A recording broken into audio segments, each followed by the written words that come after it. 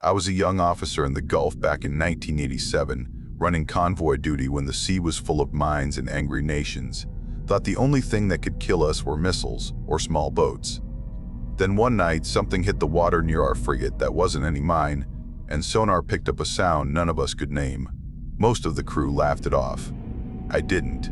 I still hear that growl sometimes, and I still wonder why that thing let us live. So before we continue, please make sure to like and subscribe to support the channel, and comment down below where you're watching from. Thanks. I still remember the heat. Not the normal kind you get on deployment. I mean the kind that crawls into your lungs and sits there. Gulf heat. Heavy. Wet. Like the air is trying to drown you before the sea gets a shot. Back in 1987, I was a fresh lieutenant junior grade on a Perry-class frigate running convoy duty for Operation Earnest Will. Reflagged tankers. Big white letters on the side so Tehran knew they weren't supposed to poke at them.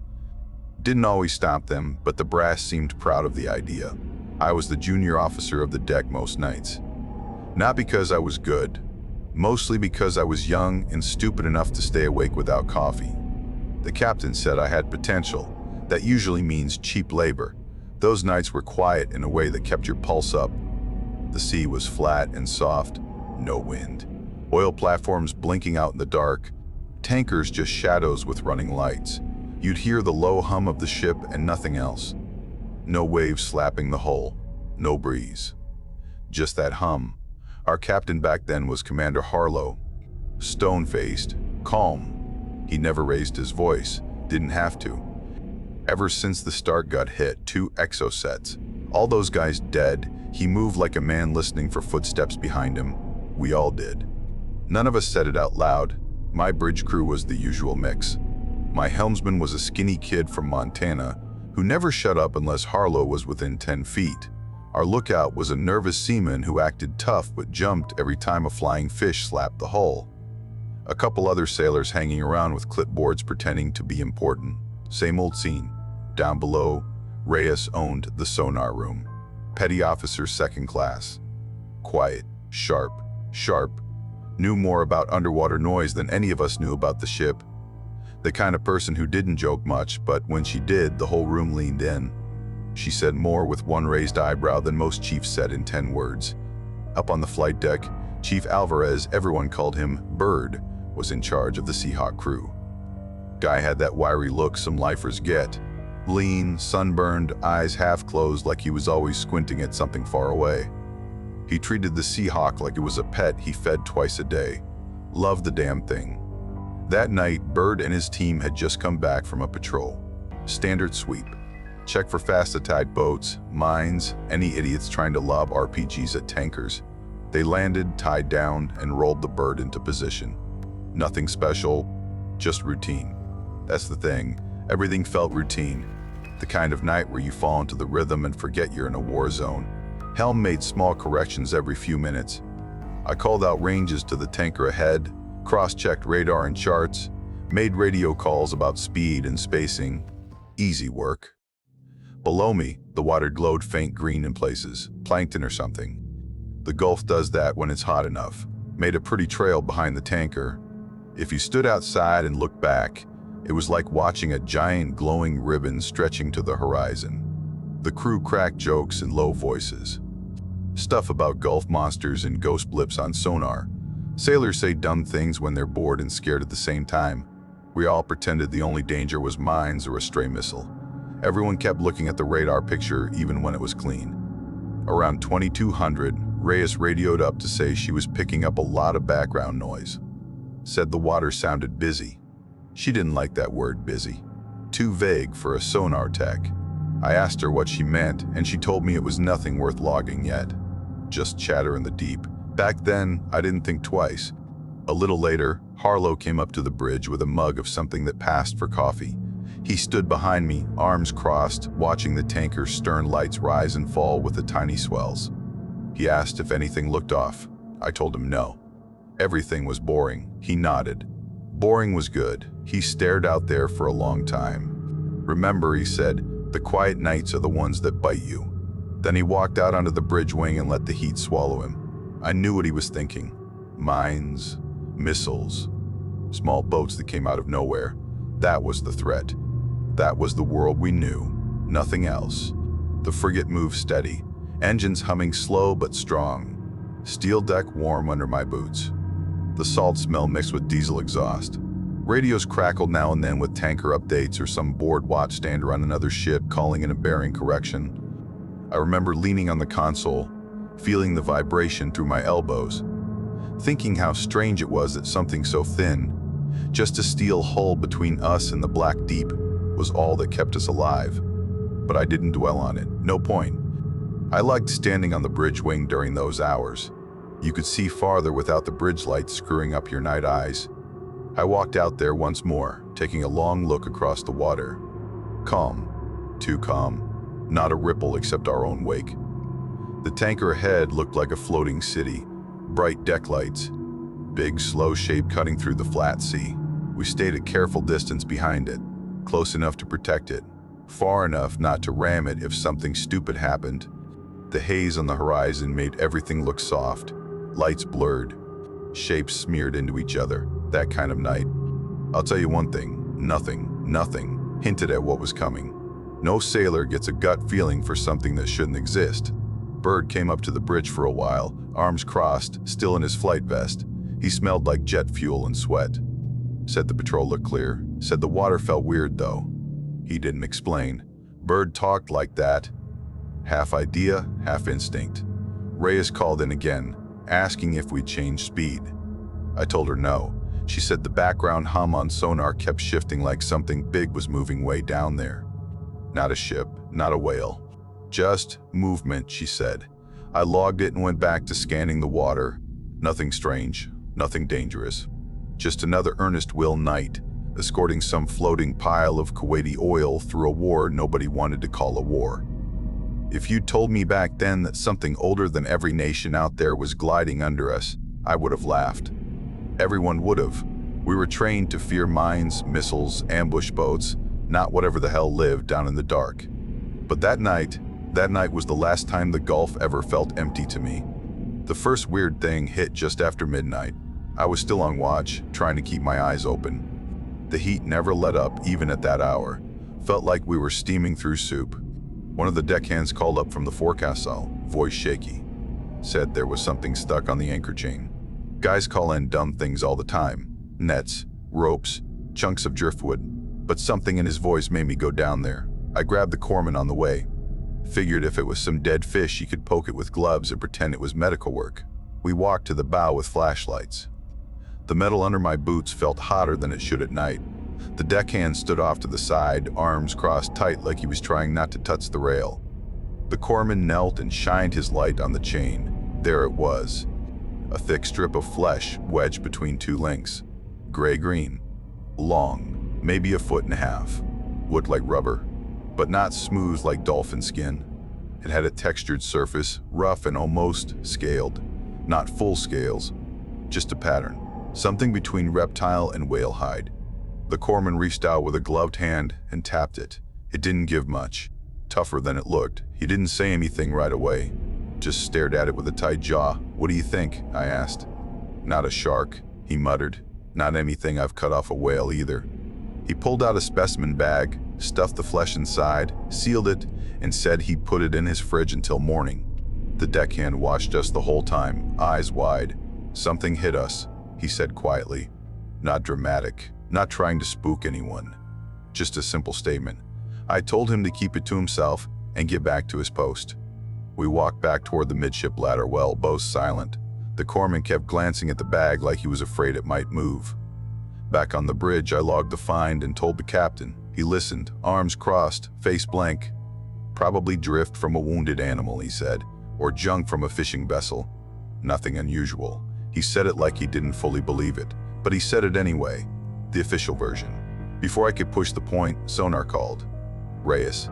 She wanted me in Sonar right then. When I got there, she had her headset half off, fingers dug into the cushioned band like it hurt her head. "Listen," she said. I put on a spare headset. At first it was nothing but the usual. Low hum of machinery. Faint prop beats from the tanker ahead. Some background static from distant merchant traffic. Then it came. A deep sound. Not a tone.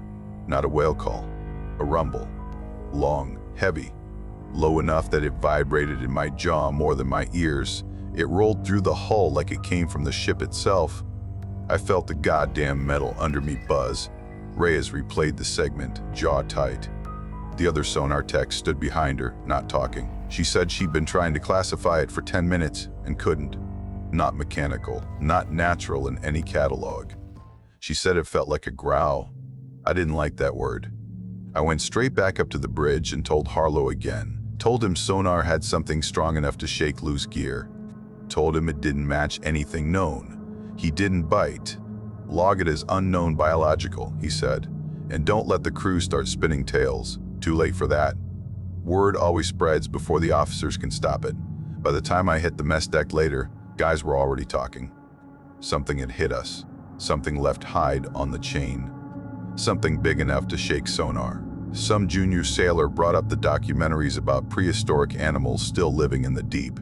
Someone else told him to shut up, but didn't sound convinced. They tried to joke about it, but no one laughed.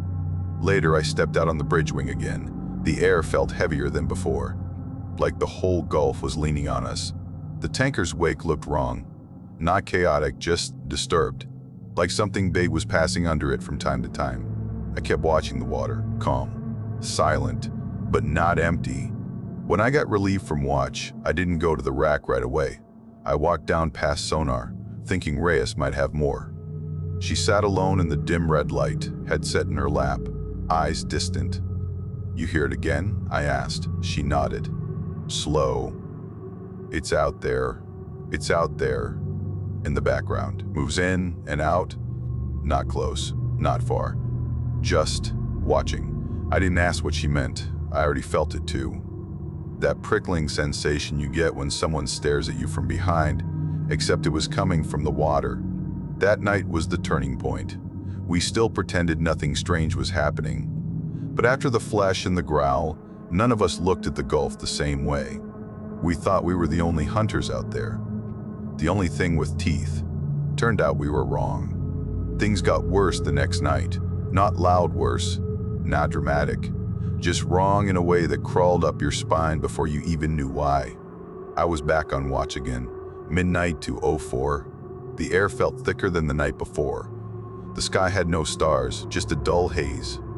The tanker ahead looked fuzzy, like someone had smeared grease on the world. The lookout on starboard sounded nervous from the start. Kept calling small things he'd normally ignore. Glints, ripples, shadows that weren't shadows. I told him to calm down, drink water, keep scanning, but I felt it too. That itch between the shoulder blades. Then he shouted, "Water off starboard bow is boiling." I rushed out onto the bridge wing. The helmsman yelled something behind me, but I didn't catch it.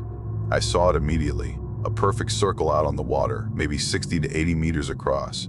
The surface churned like something underneath was pumping air straight up. Bubbles. Foam. No spray. Just violent boiling that made no sense. The frigate's hull shivered. Not from a hit. From currents twisting around us. The deck almost felt like it rolled under my boots, but only slightly, like a deep swell passing through a calm sea. The tanker ahead radioed in. Their helmsman said their rudder felt sluggish. Something was pushing on their keel from below. The boiling kept going. Long seconds. Too long. No sub would create that. No vent. No machinery. No helicopter dipping sonar. Nothing explained it. And then it just stopped, sharp. The sea went flat again. Totally flat. Even flatter than before, like whatever caused it dragged all movement down with it. The lookout swore under his breath. I think we all did. When things like that happen at sea, you expect alarms or damage reports or at least some idiot shouting. Instead, the whole ship went quiet, like everyone was waiting for something to grab the keel. I told the captain right away. He appeared behind me like he'd been listening the whole time from the passageway, eyes locked on the water. He didn't say anything. He didn't have to. You could see the gears turning. But again, the official line 1. "Note it," he said. "Unusual water disturbance." Nothing more. He turned and walked back inside. His face stayed neutral, but his shoulders were tight. A few hours later, things got stranger. The corpsman showed up on the bridge looking pale. He held an empty evidence bag in his hand. The flesh sample, he said. It's gone. Gone how? I asked. He said he'd stored it in the small fridge in medical. When he went to check on it, the bag was torn open inside. The strip of flesh wasn't there anymore.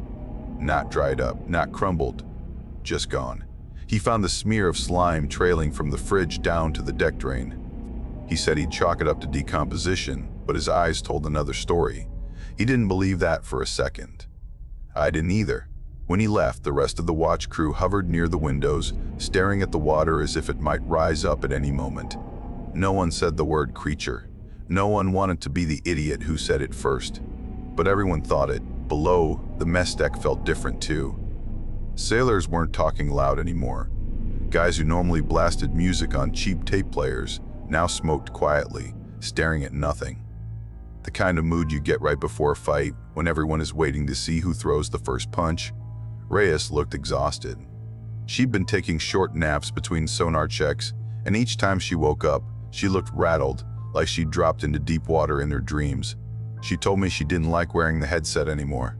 Said every time she put it on, she felt something just outside range. Not a sound, more like a presence, a pressure, as if something down there knew she was listening and stayed silent on purpose.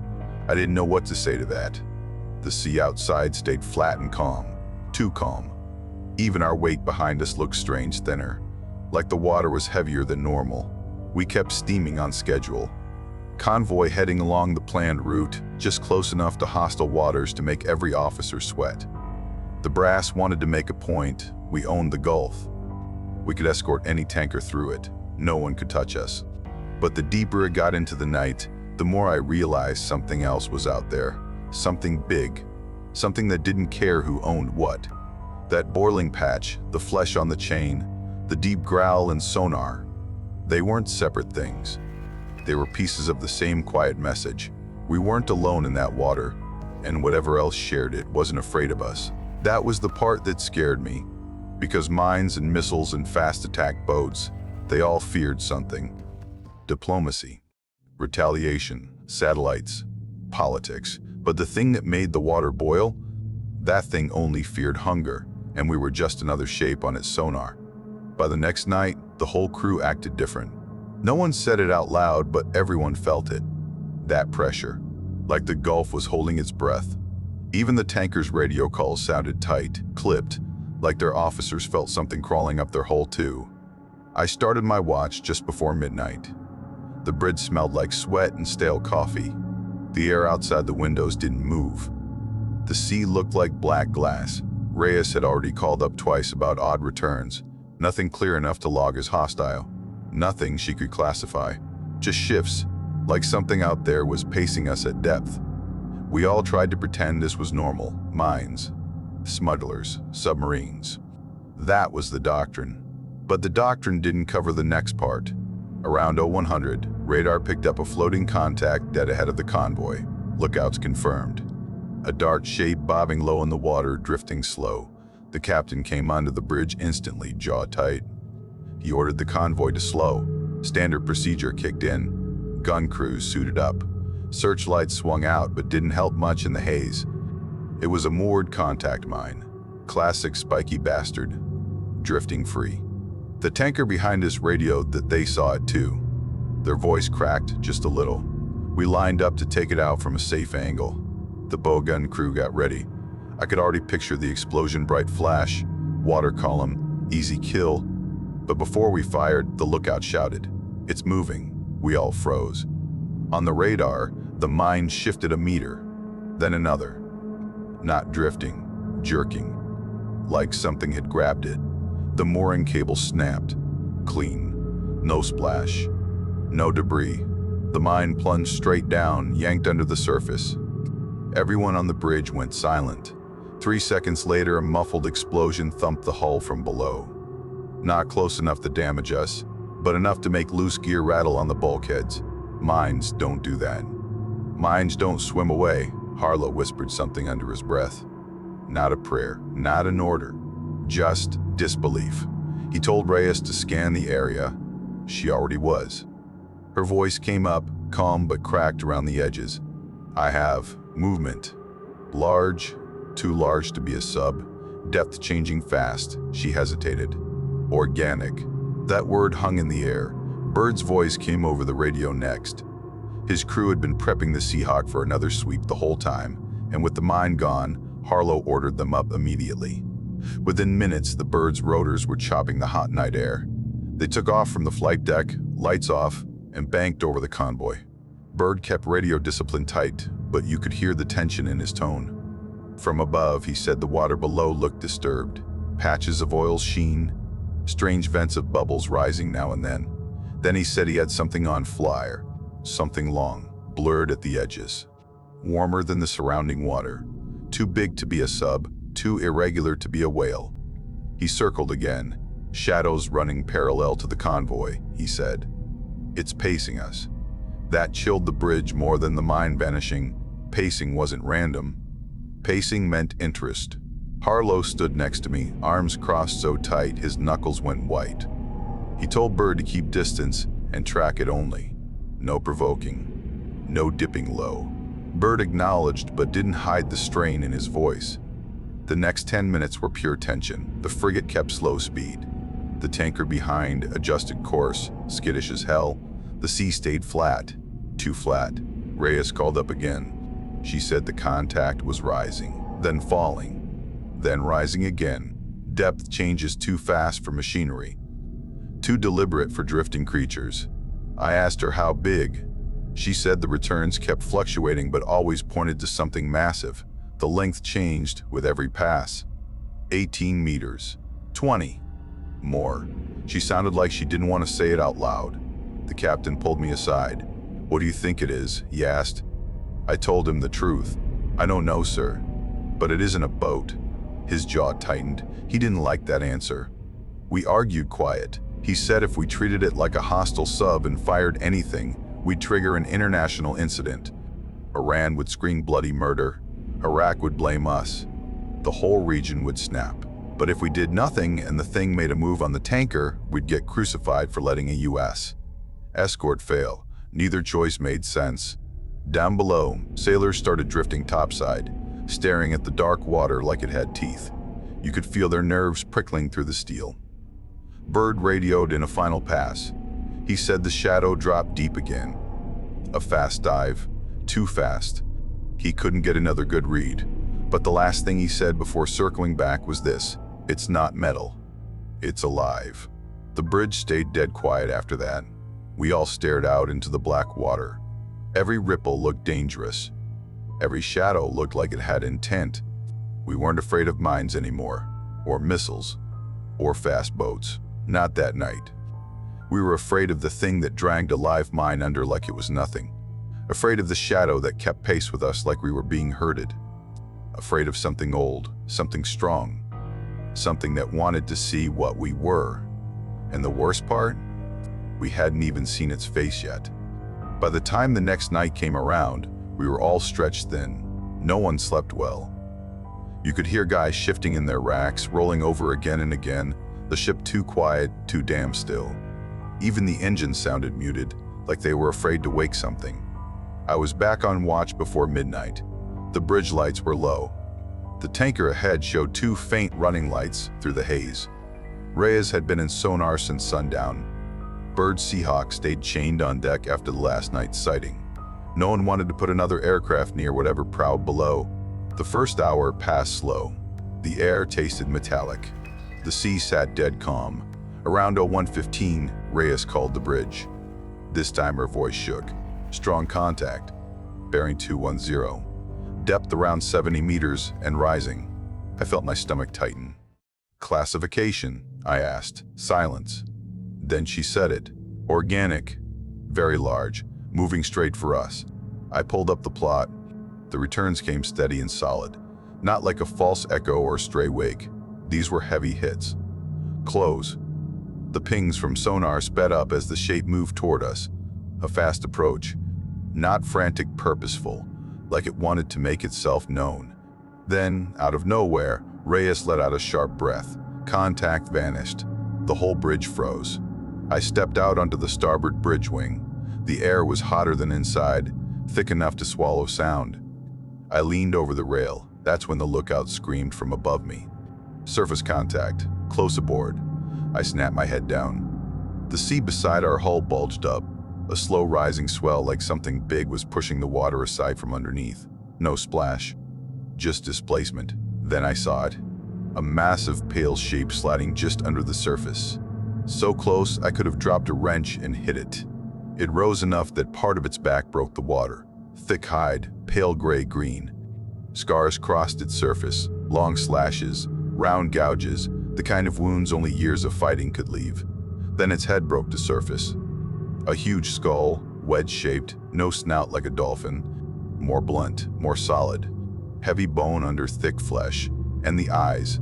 Big, luminous eyes that reflected our bridge lights in two slow-moving glows. They scanned along the length of the ship as if judging us. The gaze didn't feel animal. It felt deliberate, focused. A predator looking over a carcass to see where to bite. I couldn't breathe for a moment, just stared down at it, inches from panic. Behind me, someone whispered a prayer. Another sailor muttered something that sounded like a joke but died halfway out. Even the captain came onto the bridge wing. He stopped dead, one hand on the rail, face blank as stone but eyes wide. The creature didn't thrash, didn't roar, didn't act like we mattered much. It glided beside us, matching speed, its back brushing ripples against our hull, like it was feeling us out, testing. Then it bumped the hull, soft but heavy, enough for the whole ship to shudder, not an attack. More like a nudge from something that weighed more than most modern subs. Harlow whispered, "What the hell is that?" Not to me, not to anyone, just to the night. The creature dipped its head under the surface again. The swell around its shoulders shifted. Then it sank, slow at first, then quicker, fading into the black water. Within seconds, it was gone. The sea returned to flat calm like it had never been disturbed. On the bridge, everyone stood frozen for a long moment. Nobody wanted to be first to speak. Nobody wanted to admit what they saw. Harlow was the one who finally broke it.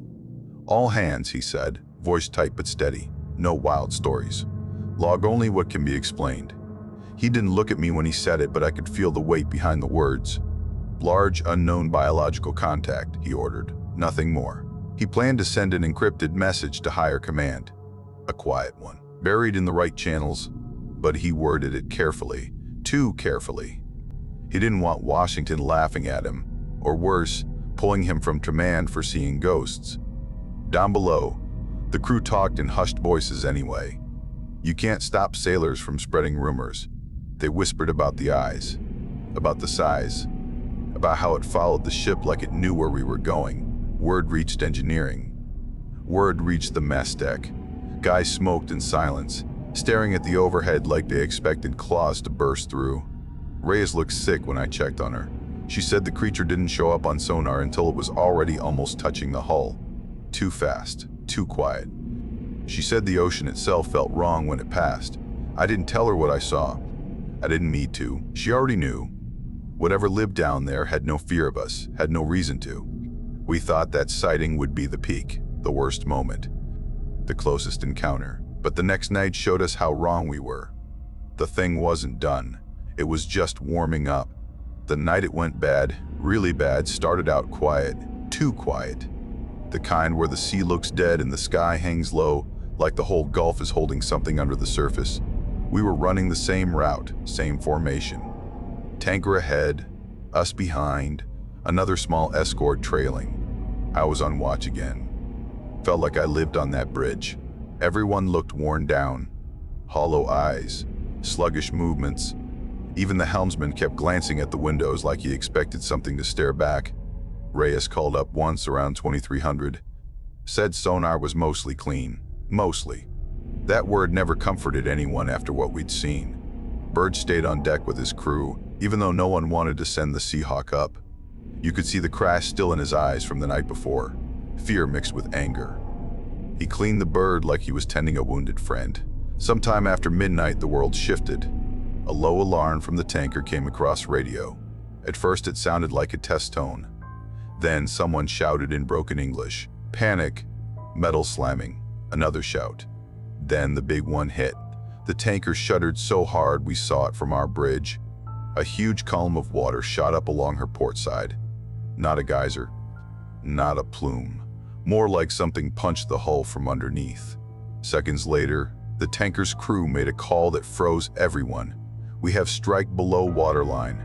Portside, heavy flooding." I grabbed binoculars. The tanker's running lights flickered. A long, dark stain spread on the surface behind her thick crude leaking out fast.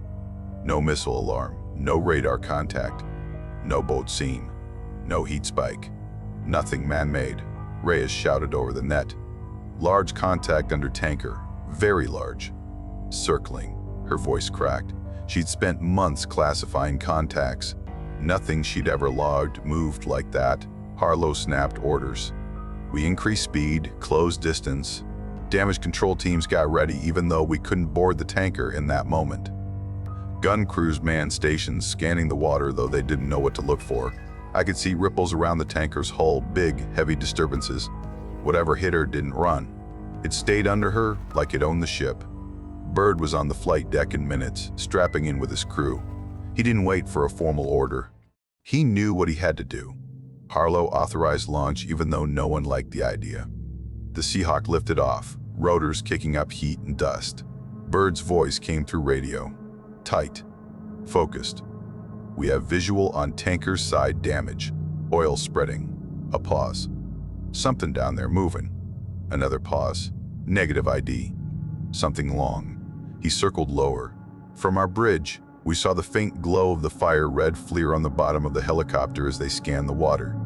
The sea below looked oily and broken. A dark patch swirled like something big twisted beneath it. Then Bird's voice spiked. "Tail body something big just moved." The line cut in static for a beat. Then a roar of wind over the mic. "Holy, hold on." Something under the water surged. Not a breach, not a jump. A massive push upward.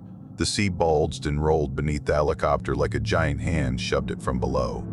The Seahawk tilted hard, way too hard. From the bridge wing, I saw it happen.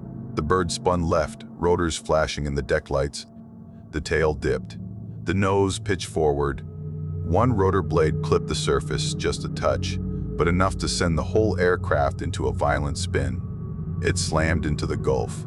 A ball of flame lit the night. Burning fuel painted the waves orange. Pieces of rotor smacked the water like snapping metal teeth. We watched helplessly.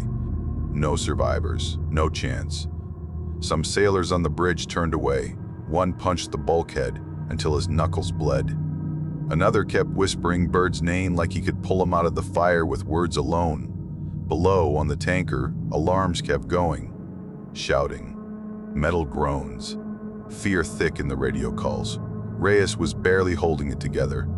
Her voice shook every time she tracked the giant contact. She said it moved in loops around the tanker. Tight loops. Like an animal that had just crippled its prey and was waiting for the right moment to go back in. For the first time, the crew saw the sea as hostile territory, not open water, not freedom, a place full of teeth. Standing on the bridge wing, watching that burning wreckage, I felt something cold run through me. We were not up against a sub, not a mine, not human weapons. We were up against a creature that hit a fully loaded tanker hard enough to warp steel and swatted a helicopter out of the sky by accident. The convoy fell apart emotionally, even as the formation held. Men muttered to themselves, some prayed. Some just stared at the black water like it stared back. Harlow fought to regain control. He barked orders, but his voice had a crack in it, not fear. Rage, helpless rage.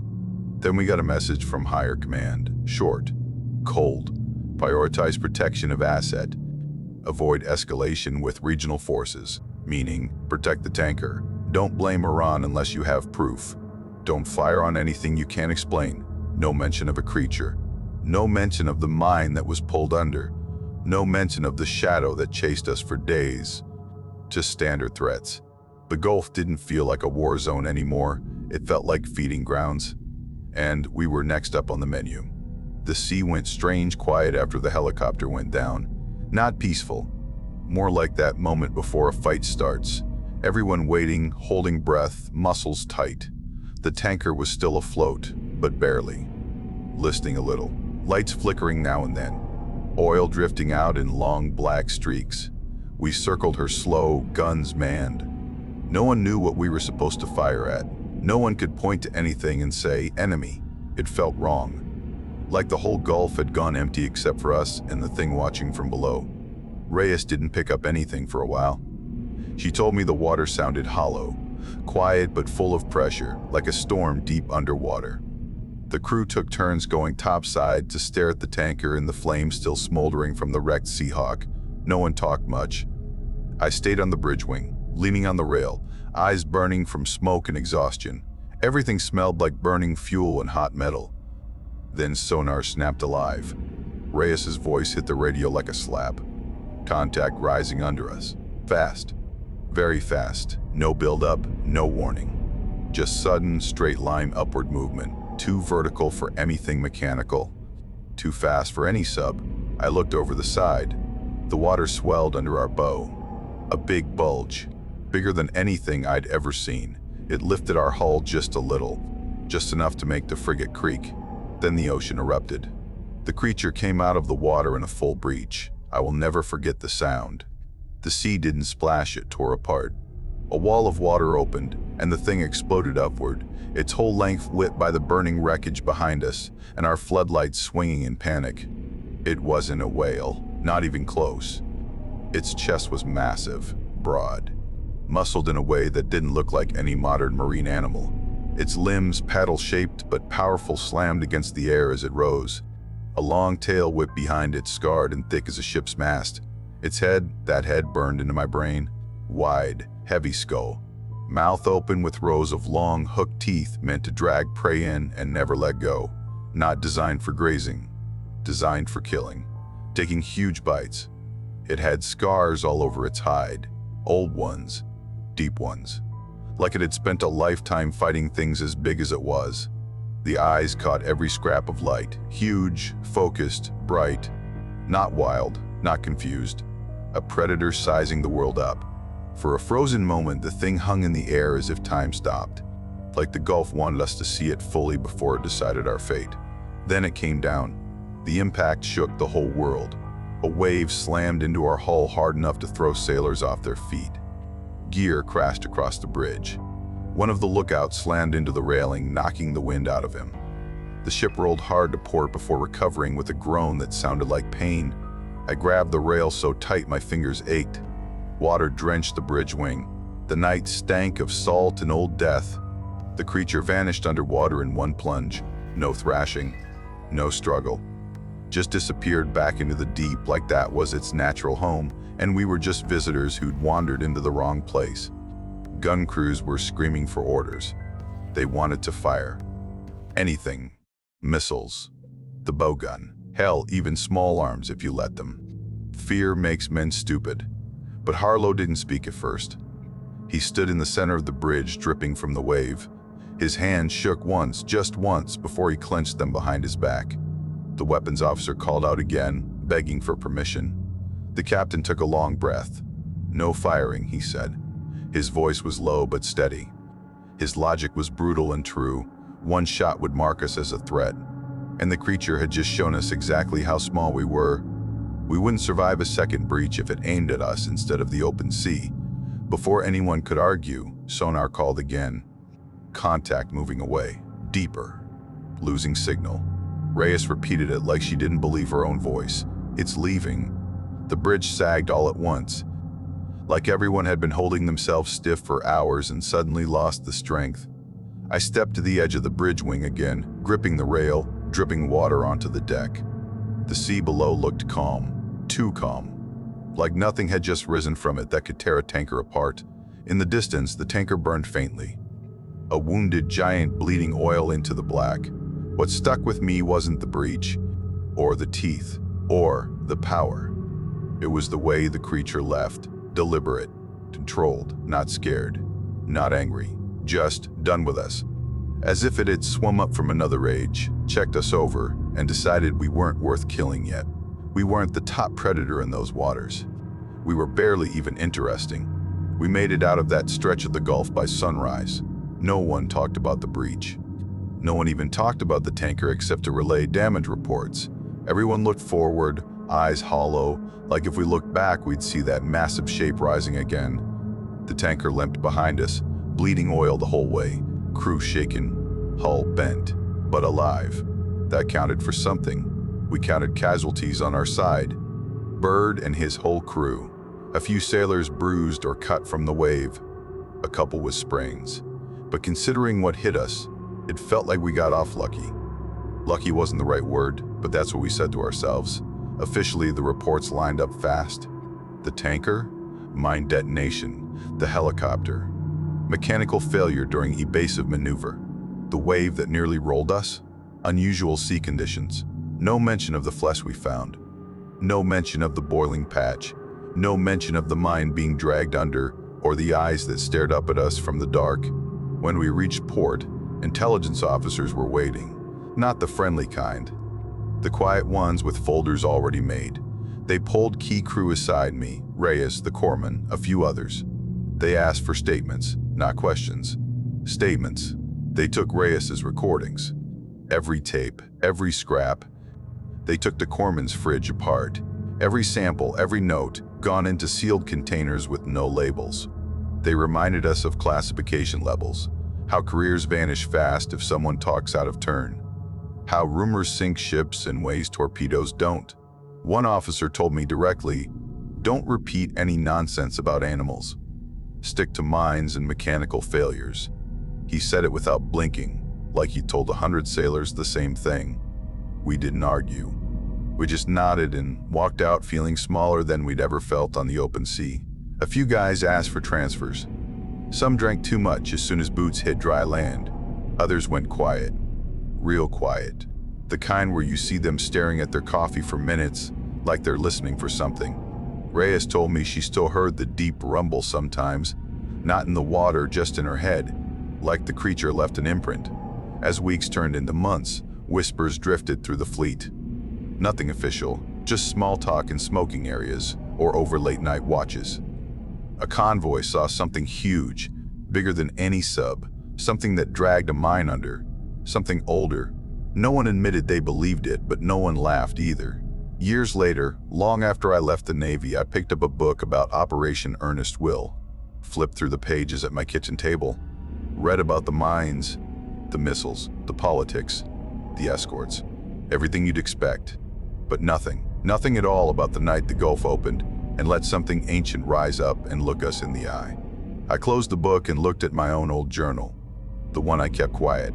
One line stood out: we are not the only power in the Gulf. Sometimes, on quiet nights, I think about that creature, sliding through the deep, passing over rusted wrecks, moving along old mine chains like they're just seaweed, still down there, still watching, still king of a world no report will ever admit exists. So that's the end of our video. If you made it this far, make sure to hit like and subscribe. It really helps the channel and it's free. And if you want more terrifying encounters like this one, check out the other videos on screen right now. Thanks for watching and stay safe out there. See you soon.